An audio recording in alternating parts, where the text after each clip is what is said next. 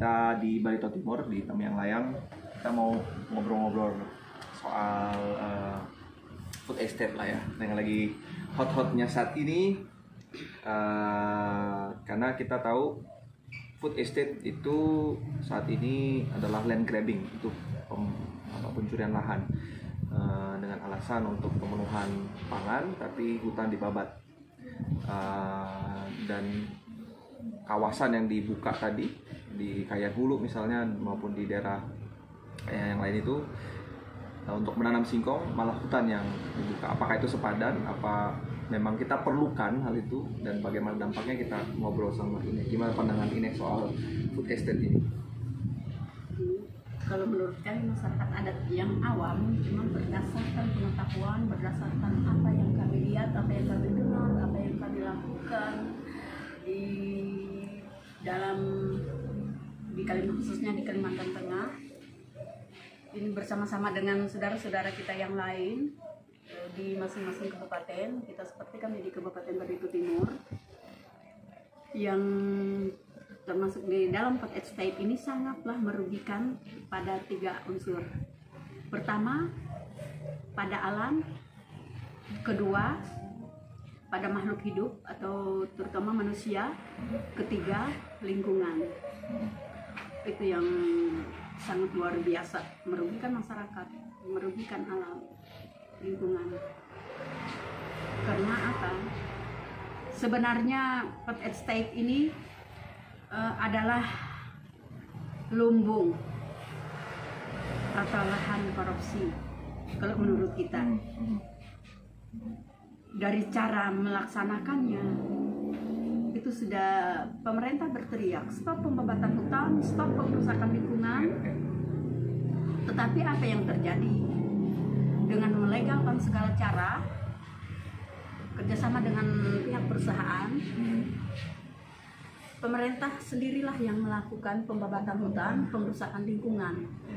Jadi artinya kami masyarakat adat yang selama ini berteriak, berjuang, mempertahankan hak hidup kami atas hutan yang selama ini kami pertahankan, kami perjuangkan untuk penyangga hidup kami sebagai masyarakat adat. Itu yang melakukan pemrusakannya adalah pemerintah sendiri. Pemerintah mengatakan stop pembabatan hutan, pemrusakan lingkungan, tetapi mereka lah yang melakukannya sendiri. Pembabatan hutan mereka yang melakukan sendiri. Pemrusakan lingkungan mereka lah yang melakukan sendiri. Kemudian itulah kalau di masyarakat adat mengatakan meludah ke atas, jatuh ke muka sendiri. Itu. Jadi dampak kepada manusia, dampak kepada alam, dampak kepada lingkungan itu luar biasa. Apakah sebenarnya kita dalam singkong itu dibutuhkan sih sebenarnya masyarakat? Tidak. Sebenarnya kalau masyarakat peladang itu bina mereka, bimbing mereka. Dan masyarakat itu tidak perlu diajarkan cara bagaimana bercocok tanam yang baik. Karena itu sudah diwariskan dari leluhur kami, dari nenek moyang kami, dari turun-temurun sudah mengerti bagaimana memilih bibit yang baik, bagaimana cara menanam, bagaimana cara memerawat, memelihara. Cuman pemerintah itu membimbing, membina, mengarahkan. Jika salah diperbaiki, jika kurang lurus diluruskan. Hanya meluruskan, memperbaiki. Karena selama ini kan image-nya perladang Dayak ini merusak lingkungan nih kan, dari kita dari kecil, kami kecil di sekolahan diajarkan bahwa perladang berpindah itu merusak alam, bertanggung jawab terhadap kebakaran hutan karena kita membakar kawasan. Itu gimana ini menjawab hal itu, tuduhan-tuduhan yang seperti itu kepada masyarakat adat? Saya sebagai perempuan adat, walaupun saya dulu sebagai pegawai negeri, sebagai perawat, tapi saya tetap beladang. Karena beladang ini adalah tradisi kita untuk menyangga, menupang. Karena kalau kita mengharap gaji sebagai pegawai juga tidak mencukupi kalau kita tidak berladang. Jadi beladang itu, membuka ladang itu beda dengan membuka lahan, membuka hutan, itu sangat beda. Jadi kita beladang ini bukannya membabat hutan atau dituduh membabat hutan atau merusak lingkungan dan sebagainya, itu kita tidak. Saya sangat menyangga karena kita beladang itu bolak-balik sifatnya. Sifatnya bolak-balik. Karena apa? karena kita beladang kan selama 3 tahun. Kita membakar itu bukan berarti kita membakar lahan, tapi kita membersihkan ladang dengan cara membakar. Bagaimana kalau itu pohonnya besar, karena kita merubah tanaman kita yang sudah tidak sudah tidak begitu menghasilkan, jadi tidak produktif. Kita ingin merubah, memperbaharui itu tanaman itu, dan kemudian kayu-kayunya yang bisa kita ambil untuk bangunan, kita ambil untuk bangunan. Bukan berarti kita membabat hutan, merusak lingkungan. Jadi bisa dibilang bahwa sebenarnya kita berladang itu bukan membuka lahan hutan baru ya, tapi ada kawasan khusus yang memang untuk berladang, tapi itu bolak-balik tepatnya. Jadi ya. Iya, sudah ada khusus. Kemudian kalau zaman dulu sebelum ada perusahaan masuk, jadi kita saling menghormati, saling menghargai.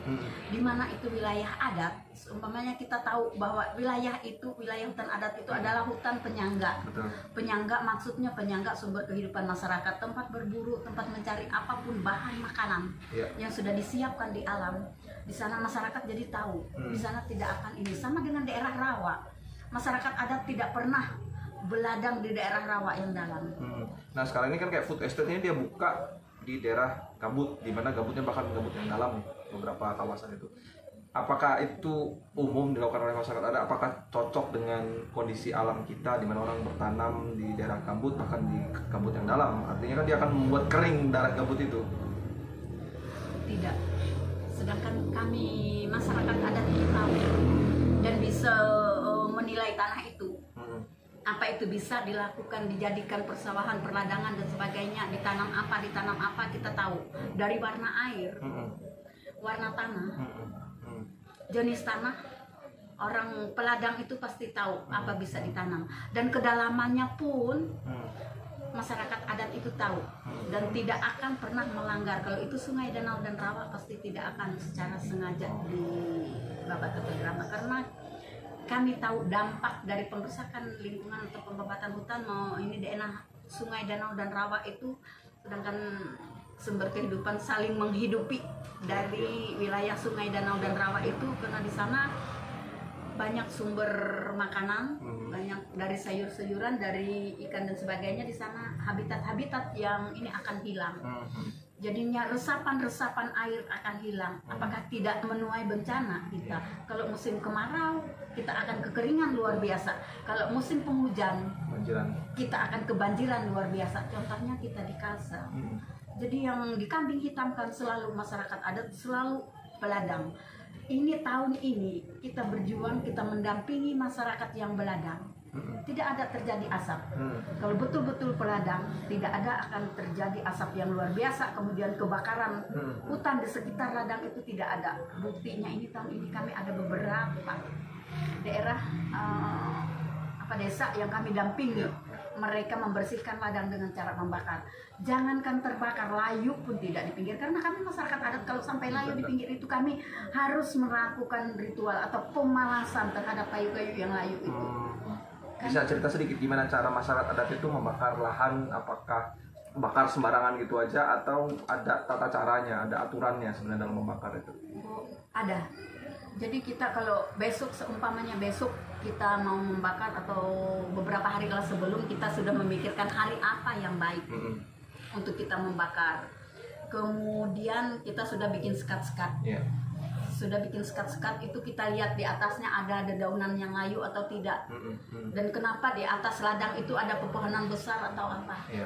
Itu memang ditinggalkan, dan di sekitar ini memang ditinggalkan 1-2 meter dibikin sekat, itu kayu yang masih hidup, karena itu untuk menahan panas, kemudian menyerap asap. Dedaunan itu kan menyerap asap dan menahan panas. Nah, jadi itu cara berladang itu. Satu malam itu kita sudah ada ritual, ada komunikasi dengan penjaga alam di sana. Jadi kita itu melihat arah anginnya dari mana. Itu cara membakar, itu arah angin kita pelajari. Kemudian persiapan saat melakukan pembakaran itu, dan kita harus seandainya kita punya berdampingan dengan ladang, dengan kebun orang, dengan hutan orang lain yang belum di ini, kita undang. Kita mufakat dulu. Sebelum melakukan pembakaran. Tidak sembarangan ya? Tidak sembarangan. itu pun ada ritual, ada izinnya dengan alam, dengan peladangan. Kemudian kalau kita membuka ini karena dulu kan punya wilayah masing-masing. Untuk perladangan itu kalau kita membuka ke sana kita kan harus ada musyawarah mufakat sebenarnya. Ini karena pemerintah sendiri tidak pernah melakukan musyawarah mufakat menghargai masyarakat adat. Jadi masyarakat adat itu pun ikut sama-sama. Jadi tidak saling menghargai karena dididik oleh pemerintah sendiri. Saya berani ini terserah, pemerintah mau tersinggung, pemerintah mau menangkap saya terserah. Karena ini mereka harus harus meneliti dulu apa benar apa yang dikatakan masyarakat itu. Jangan asal ini lalu pelanggaran ini, pelecehan, penghinaan, jangan. Berarti pemerintah ini juga mendidik masyarakat itu untuk salah sedikit lalu melecehkan, salah sedikit menghina, salah sedikit apa. Itu mendidik yang tidak benar.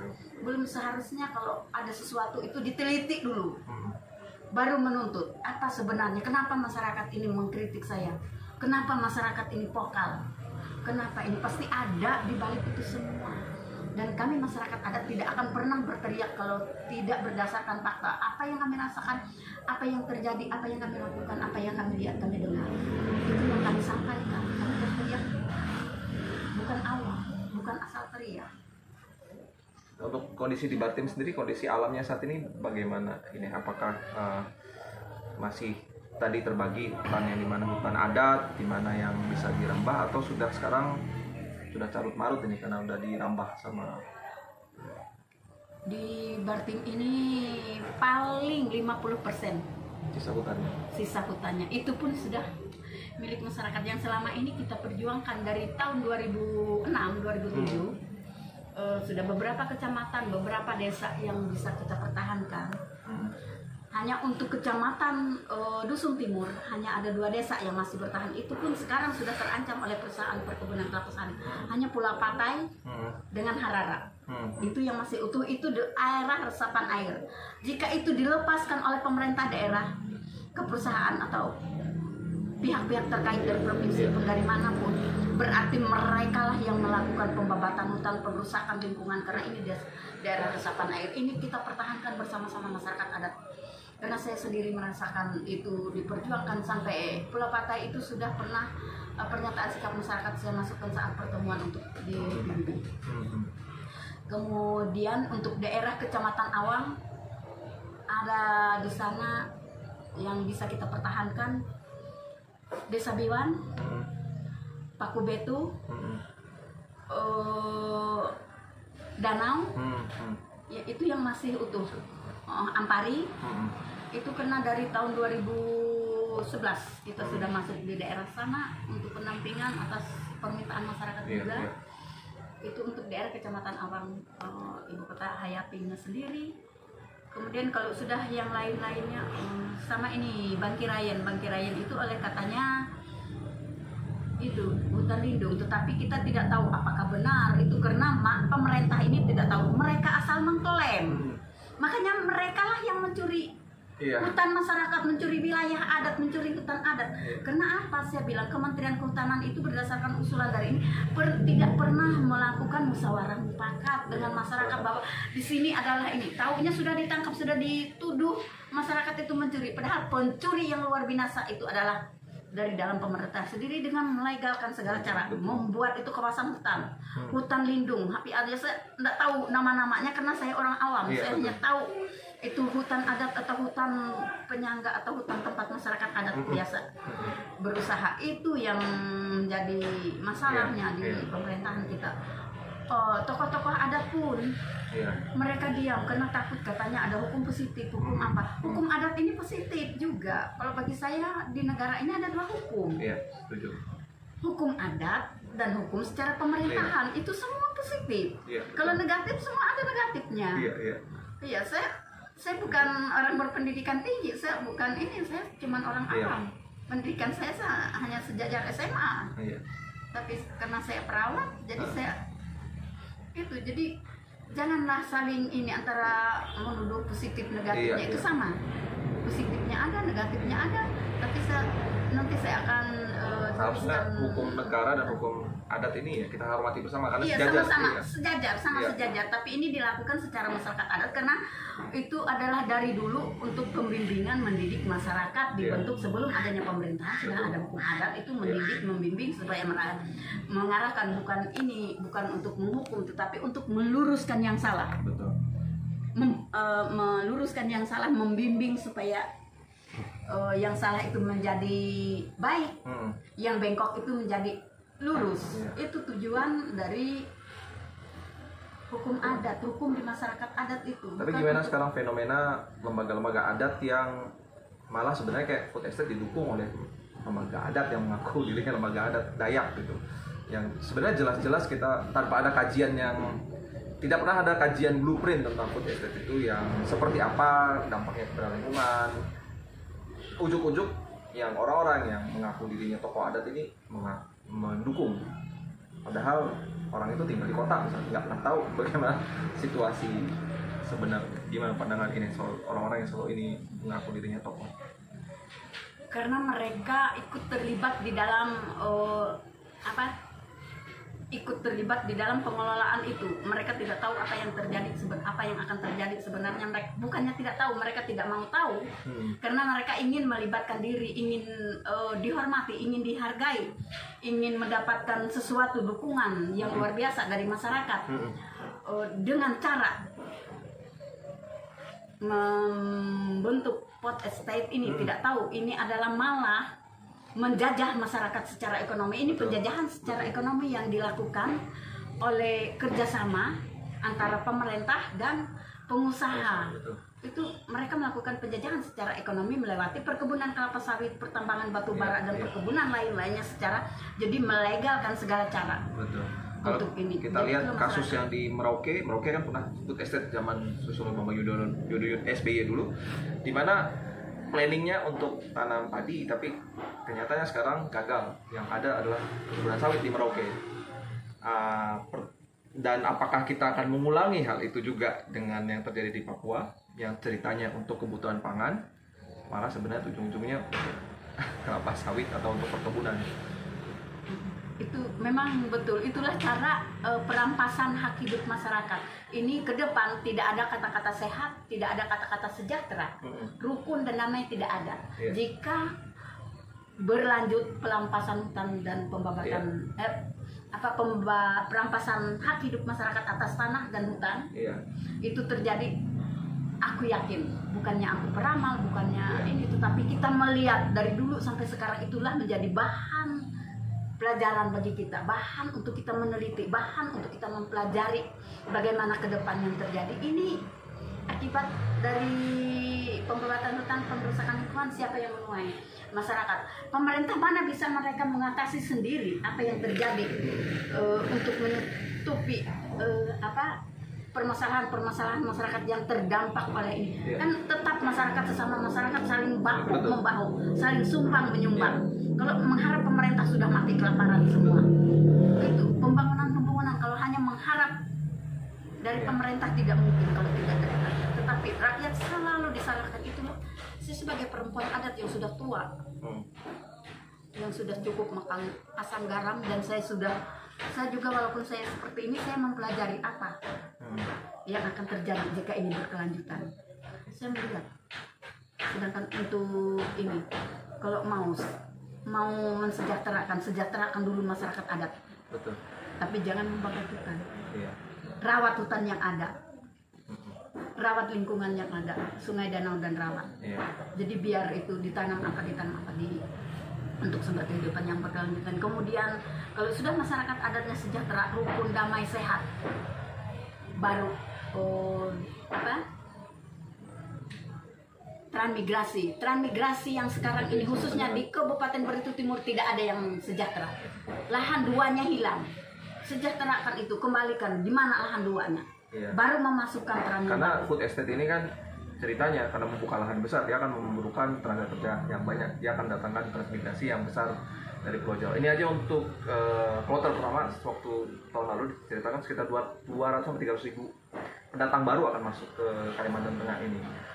Sedangkan tadi ini cerita transmigran di Banten sendiri tidak miskin sejahtera. mereka. Jadi kita menambah kemiskinan baru lagi berarti ceritanya gitu. Karena kita sudah pernah mendampingi kan, karena mereka saat awal perusahaan masuk mereka kehilangan. Cuman mereka pegang sertifikat tanah, tetapi mereka tidak tahu tempatnya di mana. Sekarang diambil jadi perkebunan kelapa sawit, jadi mereka tidak punya apa-apa. Ini sekarang terjadi. Kita sudah beberapa lokasi terang dari dulu sampai sekarang kita dampingi untuk mencari itu. Sampai sekarang jawabannya tidak ada, tanah pun mereka tidak dapat. Memasukkan teran yang baru, masyarakat adat aja punya tanah yang punya hak di wilayah Borneo ini. Tidak begitu punya tanah. Selalu berhadapan antar masyarakat, antar perusahaan, antar pemerintah. Membuat sertifikat tanah, membuat apa itu susah. Orang mau didatangkan yang baru itu hanya sensasi saja. Untuk menambah kemiskinan, menambah penderitaan masyarakat adat Dayak di Pulau Borneo. Itu aja. Bukan kita tidak anti kita ini, tapi tolong sejahterakan ini. Sama dengan perusahaan, kita bukan anti perusahaan. Tetapi pelanggaran-pelanggaran yang mereka lakukan terhadap masyarakat adat, terhadap alam kita, apa yang bisa pemerintah lakukan, tindakan nyata terhadap itu tidak ada sampai sekarang. Karena kita sudah berjuang juga, sudah berapa kali datang dari Komnas HAM, datang dari mana-mana untuk membantu melihat lokasinya. Jangankan ada sekarang, sampai sekarang tidak ada tindakan nyata kepada perusahaan. Sudah jelas-jelas di depan mata itu pengrusakan lingkungan, pembabatan hutannya terjadi, kemudian lubang-lubang tambang tidak ada yang ditutup, sungai-sungai. Ini yang terjadi banjir ini kena pendangkalan sungai akibat limbah-limbah tambang masuk ke sungai. Ini kami di Barito Timur ini ikan yang dulunya saya sambil masak aja turun saya ke sungai sebentar bawa tangguh atau pancing, saya nggak beli ikan. Sekarang jangankan ikan, buaya juga nggak ada. Jangankan ngambil air, nyari air bersih, harus beli. Belum tentu yang kami beli itu bersih. Jadi penyakit itu tak terhindarkan. Ini pembunuhan secara perlahan-lahan, pemiskinan secara besar-besaran. Siapa pelakunya?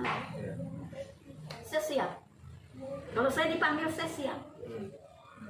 Kalau saya mau ditangkap di apa, saya siap. Karena saya berjuang bukan untuk pribadi, bukan untuk keluarga, bukan untuk kami masyarakat adat di sini, bukan hanya untuk kepentingan kelompok adat umum, tapi kepentingan kehidupan yang berkelanjutan, alam yang berkelanjutan, lingkungan hutan yang berkelanjutan, marga satwa, pokoknya makhluk hidup yang berkelanjutan. Bukan untuk itu. Karena saya melihat sendiri, saya ini turun naik gunung keluar masuk hutan, saya melihat itu, saya menangis. Makanya kenapa saya tidak bisa mendengar kuliah Ibu Pertiwi itu, pasti menangis. Karena merasakan, bagi saya Bapak adalah Tuhan yang sudah mencipta segalanya. Ibu, bumi ini adalah karena sudah melahirkan segalanya. Makanya saya bikinnya bumi adalah ibu kami itu, karena kita mempelajari, kita dilahirkan segalanya untuk sumber kehidupan. Apa yang terjadi kepada orang Dayak ketika hutannya rusak? Pemiskinan itu, dan orang-orang Dayak ini akan pelan-pelan tersisihkan dan entah kemana akan menghilang. Jadi Dayak Borneo akan hilang dengan apalagi masuknya paket state ini. Ini politik. Bagi saya ini politik. Walaupun saya bukan orang politik, tapi saya mempelajari. Saya belajar dari apa yang saya katakan tadi. Saya lihat, saya dengar. Kira-kira apa pesan? Apa yang bisa kita lakukan? Mungkin yang bisa dilakukan generasi muda saat ini yang punya, mungkin bisa, yang bisa kita lakukan kira-kira saat ini. Yang kita lakukan, kita mengevaluasi kinerja pemerintah, kemudian kita inventarisasi sisa-sisa alam yang ada, hutan yang ada. Sesudah itu kita rembuk lagi apa yang bisa kita lakukan dengan sisa alam ini, apa yang bisa kita lakukan, kita perjuangkan untuk mempertahankan dan mengembalikan apa yang sudah dirampas, kemudian apa yang bisa kita lakukan untuk memperbaiki yang rusak. Jadi itu Fox, jadi kita pertama adalah inventarisasi, kita evaluasi kinerja pemerintah selama ini. Jadi walaupun ini sudah goal, itu bukan berarti kita diam, kita harus suarakan terus kritik dan penolakan, misalnya jika itu memang malah merugikan masyarakat adat, merugikan alam, merusak alam, kita suarakan. Jangan karena ujuk-ujuk itu disetujui oleh lembaga-lembaga besar misalnya bahwa itu menjadi sesuatu yang benar yang bisa kita terima. Kita harus evaluasi, kemudian inventarisasi hutan yang ada, alam yang tersisa ini. Apa yang bisa kita lakukan ya kita jaga, kita rawat yang sudah ada, karena semakin berarti mainnya tadi sudah 50%. Ini tadi cerita zaman dulu dia masih bisa dapat ikan di sungai, sekarang ikan, buaya segala macam sudah susah dicari. Kemudian kita rembuk bersama. Jadi kalau punya rasa cinta, punya rasa kepedulian terhadap Kalimantan, ya warisan nenek moyang, ya ayo kita ngomong bareng-bareng, kita lakukan sesuatu yang bisa kita kerjakan. Memang yang kita hadapi sulit ya, karena hadapi penguasa dan pengusaha. Itu yang paling ini, karena kita dijajah secara ekonomi. Kalau kita dijajah zaman Belanda kita masih bisa, karena Belanda menjajah dari desa atau dari kota. Jadi kita bisa masuk hutan dan membangun kembali wilayah adat kita, wilayah pemukiman kita di hutan. Kemudian kalau sekarang apa yang bisa kita lakukan? Kita dijajah dari hutan, masuk kota. Apa yang bisa kita lakukan di kota? Apa yang bisa sumber kehidupan kita di perkotaan? Memakan sesama manusia, jadi kanibal. Itu pasti akan terjadi jika berlanjut pembabatan hutan dan pembukaan lingkungan. Jadi bagi saya, kalau pemerintah benar-benar berteriak stop pembabatan hutan dan pengrusakan lingkungan, stop perizinan. Jangan melegalkan segala cara. Itu pesan saya. Kalau mau Indonesia sejahtera, Indonesia damai, Indonesia rukun, Indonesia sehat, itu aja. Perbaiki yang sudah rusak, kembalikan hak masyarakat. Oke. Itu ini lagi memalukan kita. Katanya menciptakan lapangan kerja, bukan. Salah besar pemerintah kalau mengatakan menciptakan lapangan kerja dengan membabat hutan, merusak lingkungan dengan perkebunan kelapa sawit, pertambangan batu bara dan lain-lain. Itu bukan menciptakan lapangan kerja, menciptakan buruh-buruh. Tidak malukah merubah kehidupan masyarakat adat sebagai petani, peladang dan lain-lainnya yang hidupnya untuk memperkayakan, maunya untuk kehidupan yang berkelanjutan. Tetapi apa yang terjadi? Kita dirubah menjadi buruh. Kalau saya sebagai pemimpin, saya malu di daerah kita banyak jadi buruh karena perusahaan. Akhirnya tambang batu bara habis, apa yang akan terjadi? Bumi tanpa batu ini apa? Sama dengan rumah kita tanpa pondasi. Bumi tanpa hutan, apa yang terjadi? Sama dengan tubuh kita tanpa tulang. Jadi apa yang akan terjadi? Sama, bukan menciptakan. Maka sekarang ini banyak fenomena kampung-kampung sudah meninggalkan perladangan. Iya, dirubah menjadi buruh. Kalau saya sebagai pemimpin, saya malu merubah kebiasaan masyarakat menjadi buruh semua. Kemarin kami baru dari Makatit, ternyata terakhir berladang itu tahun kemarin hanya 5 warga yang melakukan perladangan. Saya itu tidak pernah lagi. Ini kan saya mulai melihat di beberapa kampung fenomenanya orang meninggalkan. Di Bukit Rawi itu terakhir mereka melakukan perladangan sekitar tahun 80. Jadi ini fenomena kita mulai meninggalkan, dan kita mulai ketergantungan nih akan luar. Iya, kita ketergantungan dengan orang. Iya, itu yang memalukan. Kalau kita punya kekayaan alam, kita di Indonesia ini sangat kaya sebenarnya, tetapi dipermiskinkan karena dibudak oleh uang. Tapi uangnya lari kemana? Siapa yang memegangnya? Bukan rakyat yang sejahtera, tetapi orang-orang tertentu yang sejahtera. Coba sama dengan kalau mau mensejahterakan negara ini, ambil hasil-hasil korupsi dari yang kecil sampai yang besar. Janganlah dilihat yang kecil itu bukan korupsi, tindakannya ini. Dari yang kecil sampai yang besar, ini negara sejahtera karena uangnya dikembalikan kepada negara. Lalu untuk kesejahteraan masyarakat, kemudian untuk memulihkan itu, kembalikanlah hidup masyarakat. Jadi biarkan, janganlah dibuka lahan ladang dengan alasan itu otaknya tidak benar karena mencari sensasi aja, mencari dukungan. Jadi apa? Janganlah dilakukan hal itu. Coba pelajari nanti. Kalau sudah rusak baru berteriak. Betul. Kalau sudah bencana baru berteriak. Masyarakat juga baru berteriak. Kesian masyarakat dibohongi. Menciptakan lapangan kerja itu bukan menciptakan, tapi merubah orang jadi buruh. Mempermalukan negara. Kalau banyak yang jadi buruh, coba bimbing. Buat apa kita kuliah mencapai insinyur apa banyak gelar. Tidak. Kalau tidak itu digunakan untuk Betul. meneliti apa yang harus kita lakukan, bukan untuk merusak, tetapi untuk memperbaiki. Sebenarnya kalau mau baik, Betul. perbaiki yang rusak. Ya, karena saat ini Fox bisa googling apa yang terjadi dampak daripada food estate.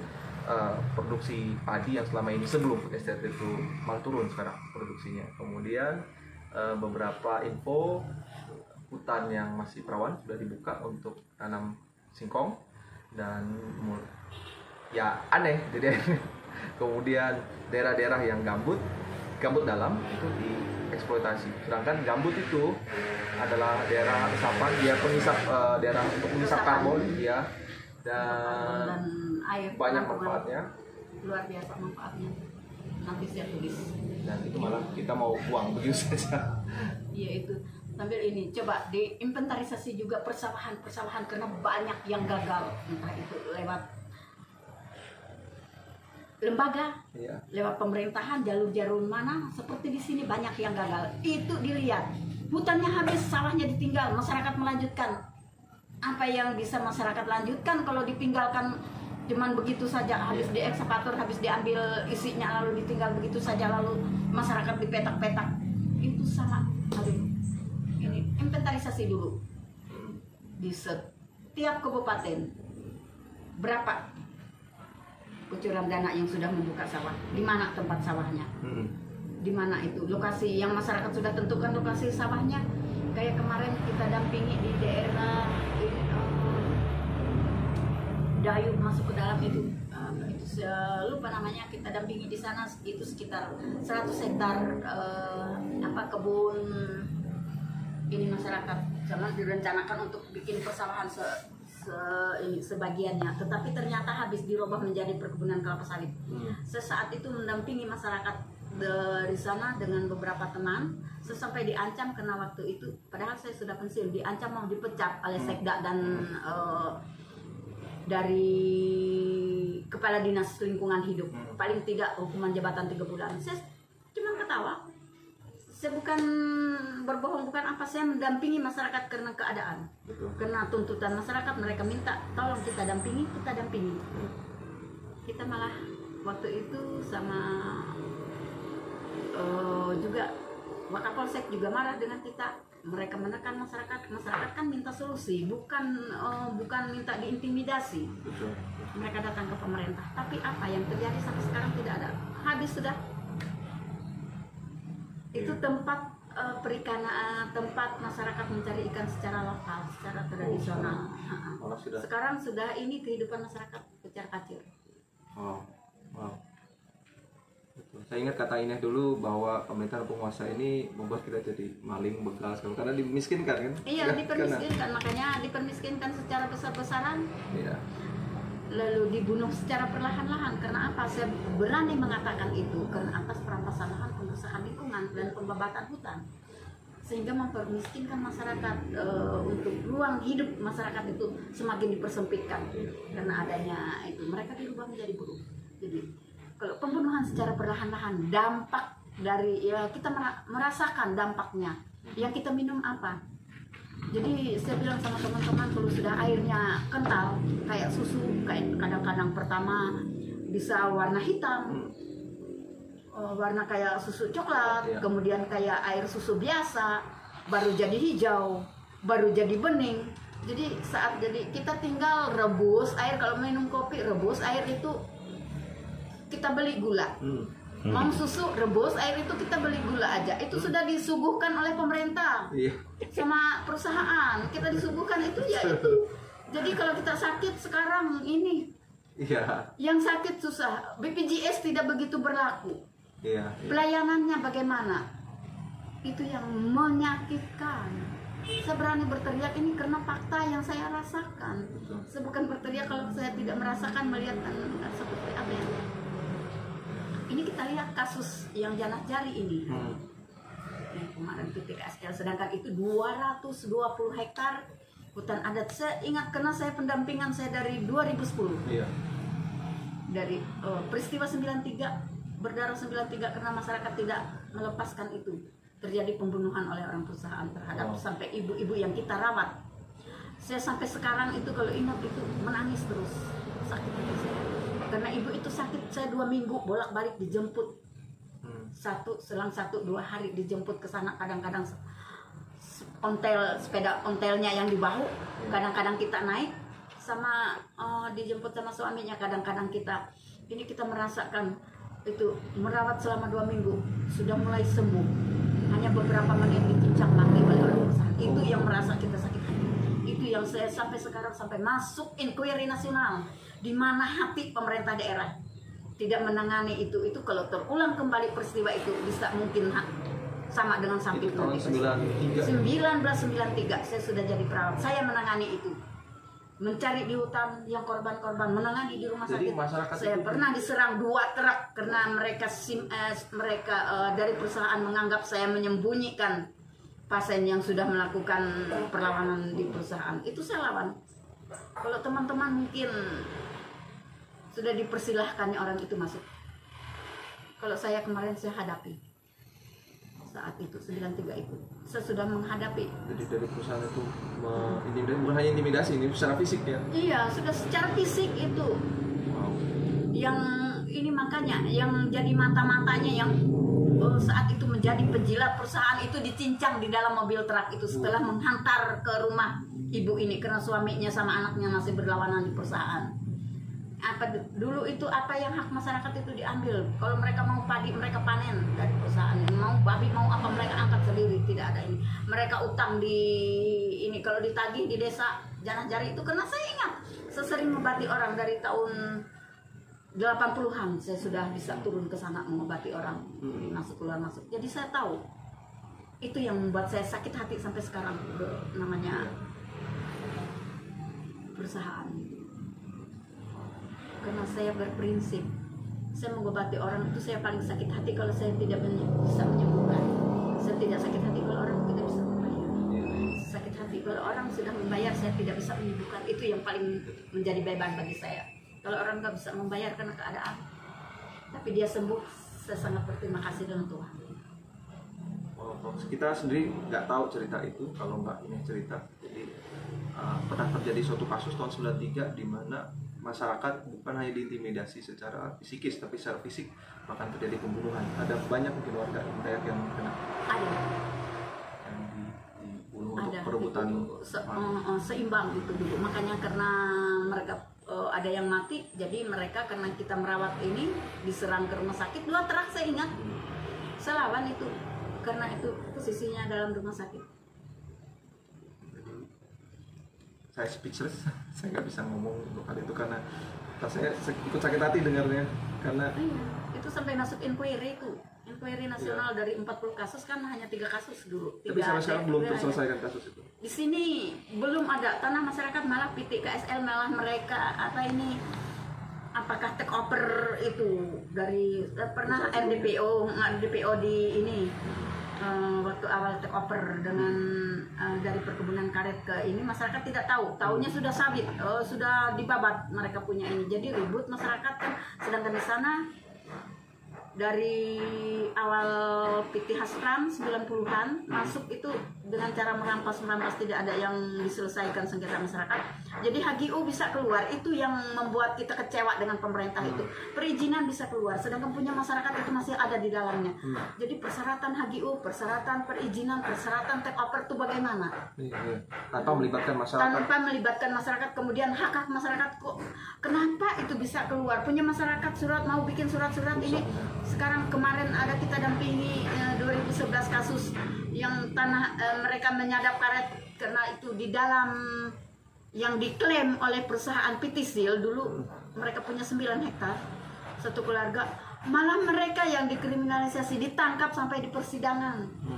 Kita dampingi itu sampai sekarang tanah mereka itu tidak dikembalikan dan dulu statusnya ko, saya tidak tahu kepanjangan dari ko, tidak ada. Sekarang sudah habis dibabat oleh PT Steel.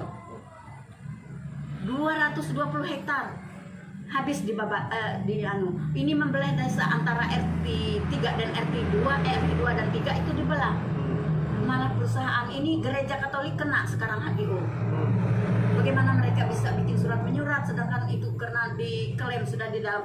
Apakah ini perusahaan yang duluan atau Iya, betul. desa. Kemudian itu dulu sudah ada perjanjian 2.500 meter tidak boleh diganggu.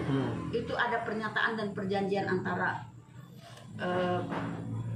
tokoh-tokoh adat Iya. di desa Jangan-Jari. Itu dilanggar. Pengkhianatan, kalau ada masyarakat yang ini pengkhianatan yang luar biasa. Mereka lah akan yang akan menuai apa yang mereka. Suatu saat aku kesian anak cucu mereka nanti yang menuainya. Kan ya walaupun bagaimana itu tidak akan ini kalau masih berkelanjutan. Tapi saya berterima kasih untuk saat ini juga.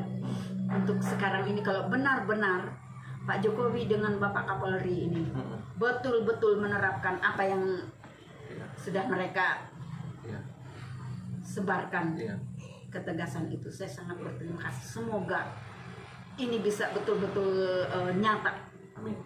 ditindak nyata oleh pemerintah. Pelanggaran-pelanggaran dan hak hidup masyarakat bisa dikembalikan kepada masyarakat. Serahkan masyarakat yang mengelolakan, bimbing mereka, arahkan mereka, arahkan kami. Kita berharap juga pada pemerintah supaya pemerintah bisa mendengarkan ini, dan anak-anak muda Dayak jangan apatis ya, jangan diam. Iya. Kita bersuara, suarakan yang bisa kita suarakan. Sekarang zaman sosial media, kita juga suarakan di sosial media walaupun kita nggak bisa misalnya nggak bisa turun ke jalan, tapi suarakan supaya menunjukkan bahwa kita ini peduli, menunjukkan bahwa kita tidak diam dengan hal-hal ketidakadilan seperti tadi. Kalau tidak kita, siapa lagi? Siapa yang akan mau peduli akan kondisi dan kehidupan kita sebagai orang Dayak? Iya. Kalau tidak sekarang, Ya. kapan lagi? Apakah tunggu semua udah habis semua hutan ini baru kita akan peduli, atau dari sekarang kita coba untuk peduli? Kami yang tua-tua ini hanya memberikan motivasi untuk anak-anak generasi seterusnya, karena kita Dayak ini akan sirna, akan hilang. Ini sebenarnya menjadi sejarah bahwa masyarakat adat Dayak Maanyanan Serunai itu kan dulu di Banjarmasin. Makanya kenapa kuburan cempaka itu dihilangkan? Karena itu dulu kan aku ingat, karena aku tahun 67 di sana, walaupun aku masih kecil, tapi kakaknya bapak ini suaminya kan orang polisi, jadi kita tuh di sana kerukunan Maanyan itu jadi saling cerita orang-orang tua yang masih tinggal di sana. Saya walaupun saya kecil, karena saya suka mendengar cerita-cerita tentang itu. Pertama, kuburan yang ada di Cempaka itu dulu kuburan agama dahulu atau Kaharingan. Kemudian baru orang Belanda, baru ada kuburan Kristen yang sekarang hilang. Mana sejarahnya? Itu cara pemerintah daerah provinsi Kalimantan Selatan menghilangkan sejarah orang-orang Dayak nan Serunai yang dulu tinggal di sana. Makanya ini Dayak Maanyan ini ada yang terbagi dari Gunung Pramatun, dia lari ke daerah Damung, ke daerah atas pegunungan, dari daerah bawah Martapura ke bawah sampai ke ini, lalu sekarang sampai ke Purwakarta ini adalah daerah yang menyisir sungai. Dayak Maanyan yang dia terbagi dua. Jadi Maanyan Lawangan ya dari Gunung Pramatun, di atasnya Banjarbaru atau Martapura ada Gunung Pramatun. Di situ kan saya tahun 83 pernah masuk ke sana, sampai pernah dilarang oleh orang takut hilang. Jadi saya sama almarhum bapaknya anak-anak ini, karena beliau punya kemampuan untuk berhubungan dengan alam sebelah. Jadi kami bisa masuk ke sana, dan saya cuma bisa mendengar suara-suara musik Dayak, khas Dayak di dalam, tapi saya tidak bisa melihat, tidak bisa berbicara, tidak bisa mendengar. Kalau almarhum bapaknya dulu bisa berkomunikasi dulu. Kita dulu 2016 pernah ke Gunung Paramaton, nanti next kita akan coba lagi ekspedisi ke sana. Gunung Paramaton itu dulu tempat pusaka-pusakanya Nan Sarunai. Memang di dalam itu ada. Karena kita itu saya sampai malamnya, kemudian ada yang dimasukkan, saya sampai memperoleh nama. Tapi itu saya tidak boleh memanggil, tidak boleh menyebut nama sesepuh yang masih ada di bawah laut, di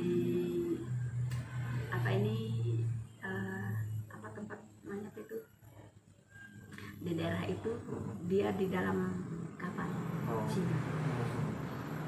Saya tidak boleh memanggil itu, tidak boleh itu karena orangnya paling ganas. Tapi namanya ada pada saya.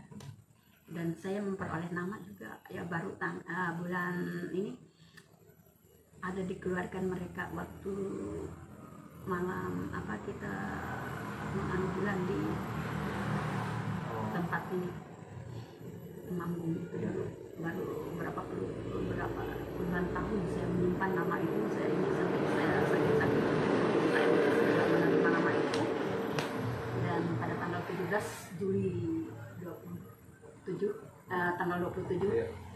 2017 baru saya bisa menerima nama itu karena saya sudah pensiun. Saya bisa menjalankan apa yang mereka pesan.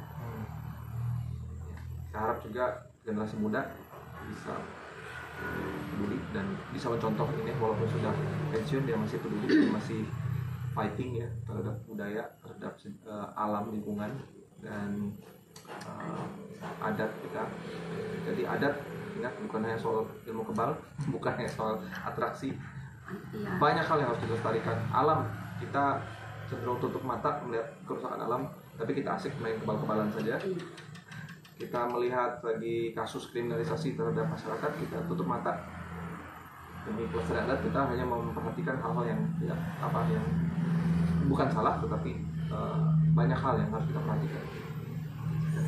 Saya sangat sedih melihat kita memamerkan atribut, kita memamerkan kemampuan, mengeluarkan semua itu. Sebenarnya itu tidak perlu dikeluarkan. Orang tua kita zaman dulu tidak pernah mengeluarkan itu, tapi punya kemampuan. Kalau kita keluarkan itu, kita pamerkan itu adalah orang bisa belajar dari kita apa yang itu sebenarnya. Janganlah kita pamerkan kemampuan kita. Lalu atribut kita itu ada saatnya, betul, ada waktunya. Enggak yang tiap hari, bukan kayak dukun ya. Bukan untuk itu, tetapi ada saatnya, ada waktunya, misalnya. ada acaranya, ada ininya. Memang itu sebenarnya di adat ini banyak perlu pembenahan. Dari kita memakai saat kita ke tempat acara dan sebagainya, tempat pernikahan, tempat suka duka lah. Kita memang harus pakai mandau, parang, dan untuk perempuan ada senjatanya, untuk yang laki-laki ada senjatanya. Kemudian yang harus kita pertegaskan pada saat suka dan duka, pada saat kita memakai peralatan untuk kita bekerja, untuk membantu orang di sana, kita itu harus tidak boleh ada saling menyinggung, ada saling menyentil, ada saling pokoknya membuat perselisihan pada saat itu. Karena kita senjata ini ada yang bisa haus, ada yang lapar, ada yang ini. Dan kalau senjata pusaka jangan sembarang keluar, tapi kalau kita memperlihatkan untuk supaya orang tahu bahwa kita punya senjata pusaka, tidak masalah. Tapi kalau kita pamerkan untuk kekebalan, untuk apa-apa dan sebagainya, saya harap jangan lagi stop untuk memamerkan segala atribut kalau sembarangan itu. Itu ada waktunya, ada saatnya. Untuk mengeluarkan atribut kita, ada saatnya kita mengeluarkan kemampuan kita, kekebalan kita. Karena kekebalan itu orang punya cara untuk menembusnya. Itu yang paling ini. Janganlah takut nanti memalukan kita sendiri. Oke, folks ya, yang suka atraksi kebal, yang suka dengar nasihat orang tua, ya, bahwa itu bukan tata cara nenek moyang kita yang suka memamerkan. Bukan berarti tidak ada hal itu, ada, tetapi bukan untuk menjadi atraksi sebuah kayak acara pinggir jalan gitu. Dan aksesoris juga ada waktunya, tidak yang tiap hari seperti banyak aksesoris yang mengerikan gitu.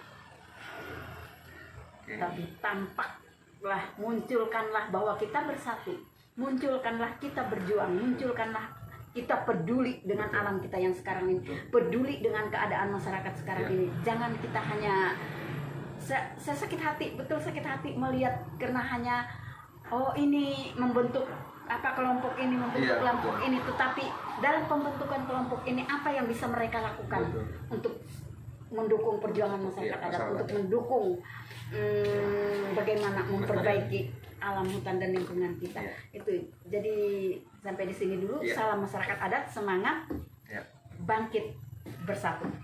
terima kasih.